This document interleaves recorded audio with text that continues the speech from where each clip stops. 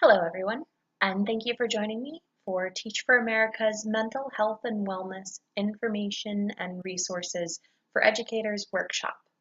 I hope this proves helpful. Let's start with different techniques and methods to help handle everyday stress caused by working in a classroom. A great stressor that many teachers in America face is the stress of balancing their home life and their work life. Although this can be stressful, we have found some things teachers can do to have a better, less stressful home life and work life. First is structure. Giving students word limits on writing assignments is a great way to lessen your stress as the teacher, and it encourages students to be more selective with the content they write about. Exercising is also an excellent way in which our body can naturally reduce its stress levels. Also, don't be afraid to think of your physical and mental stability before you think about work. Take some time for yourself. Another great strategy is being diligent with your time. Make sure that you are getting your work done during the most productive hours of the day. This will produce your best work. And don't be afraid to communicate. Being upfront with your boss about what you are and are not capable of doing is crucial to sustaining a low level of stress. It's also very crucial to keep work in the workplace. This can be really difficult, but with discipline and a strict to-do list, it can be done most of the time. As humans, interaction and relationship with other humans is a necessary and beautiful part of being human. Don't forget to take advantage of that when you can. Your coworkers can and will be a great support network for you when you need them. And since we know that healthy relationships are a two-way street, you should do your best to be there for other teachers too. Making connections in the workplace helps to create those 1,000 true fans we're aiming for. The last bit of advice we have for balancing work and life is to weigh the value of what you need to do against what others need you to do. Students and their assignments must come first. Balancing one's work and one's life can aid in having good health, but health and wellness covers much more. Wellness is how well people take care of themselves. An important aspect of wellness is one's mental health. Teacher wellness is important for both teachers and students. It can greatly affect physical wellness, which in turn affects the quality of teaching the students are receiving.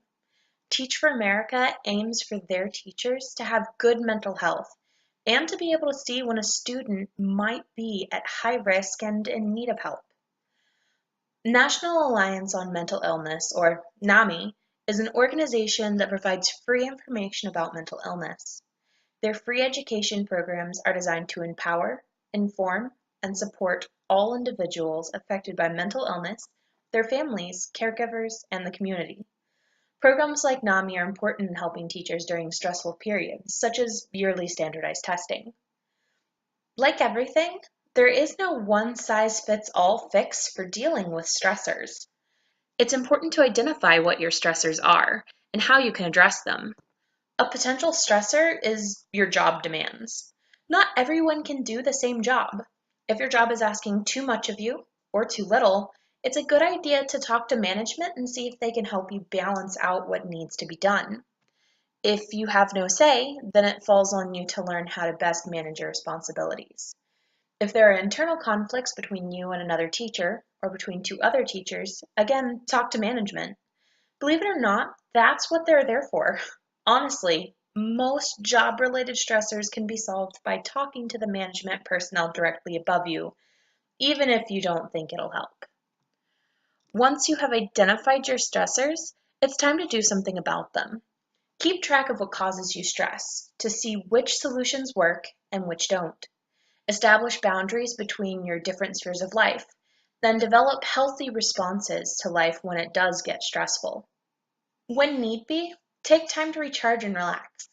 5 minutes of meditation can help a lot more than you think. Most importantly, reach out for support. Communicate with those around you and take some time for yourself if you need to. Be supportive of those around you and be aware of students' situations. After all, teaching isn't a one-person show. However, Classroom management tends to be just that. It's an important skill to help establish and maintain a positive learning environment for the classroom. Without it, it can easily become the most challenging part of teaching. Some ways to help alleviate the burden of classroom management is by addressing different parts of teaching and coming up with a plan. For example, develop the overall curriculum and lesson plans beforehand. Another area is student behavior, what certain actions mean, and how to handle each incident before it happens. Developing a structure for the classroom so the class knows what to expect on a daily basis is also incredibly important. It gives the students it gives it gives the students and you an easy routine to follow every day.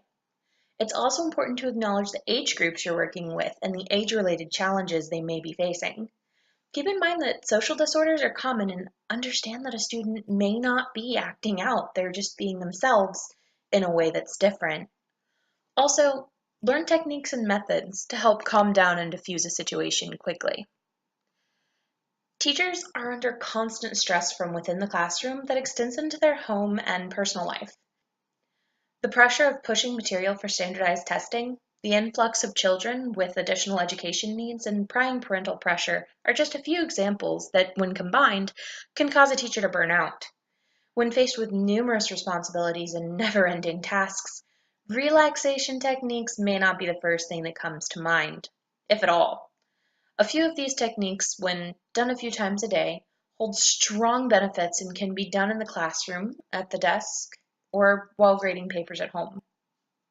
Practicing relaxation techniques can have many benefits, including lessening heart rate, slowing breathing rate, lowering blood pressure, maintaining normal blood sugar levels, reducing activity of stress hormones, increasing blood flow to major muscles, improving concentration and mood, improving sleep quality, lowering fatigue, reducing anger and frustration, and bringing balance. As you learn relaxation techniques, you become more aware of muscle tension and other physical tells of stress. Once you know what the stress response feels like, you can make a conscious effort to practice a relaxation technique the moment you start to feel stress symptoms. Prevention is key. A good way to start is with progressive muscle relaxation. This exercise can be done in the classroom or at home. A great exercise to center the balance of your classroom may be opening the class with a few of these techniques to get positive energy flowing. Start by tensing and relaxing the muscles in your toes, progressively working your way up your body, feeling muscle tightness and then relief all the way to your neck and head. You can also start with your neck and slowly work down to your toes. Tense your muscles with a holding squeeze of 5 seconds, and in the next 30 seconds, allow yourself to feel the muscle loosen until fully relaxed. Repeat this in areas that you notice take the longest to relax after contracting. The next technique is breathing practices to mindfulness. This technique allows you to shift to calmer modes of mind and allow you space to respond rather than react to a situation. It doesn't matter how you count, but try to exhale for longer than you inhale. Adding an additional breath hold of 3 seconds between inhalation and exhalation can add additional control. Start by sitting with a straight posture and an open diaphragm. Inhale through your nostrils for 7 seconds, hold for 3 seconds, exhale through your mouth slowly for 11 seconds, and repeat. The last technique we're going to cover is autogenic relaxation. Autogenic means something that comes from within you. It is self-generated. In this relaxation technique, you use visual imagery combined with body awareness to reduce stress. Start by repeating words or suggestions in your mind that may help you relax and reduce muscle tension. For example, imagine a peaceful setting, whatever that means for you, and then focus on controlled, relaxing breathing. Slowing your heart rate, feeling different physical sensations, such as relaxing each arm or leg one by one. Take full, deep breaths. Visualize the day ahead going as well as possible, and see yourself choosing to respond with calm to each child, teacher, and situation that you're faced with throughout the day. Then open your eyes if you'd closed them, and continue with your routine. Remember that relaxation techniques are skills. As with any skill, your ability to relax improves with practice. Be patient with yourself. Don't let your effort to practice relaxation techniques become another stressor.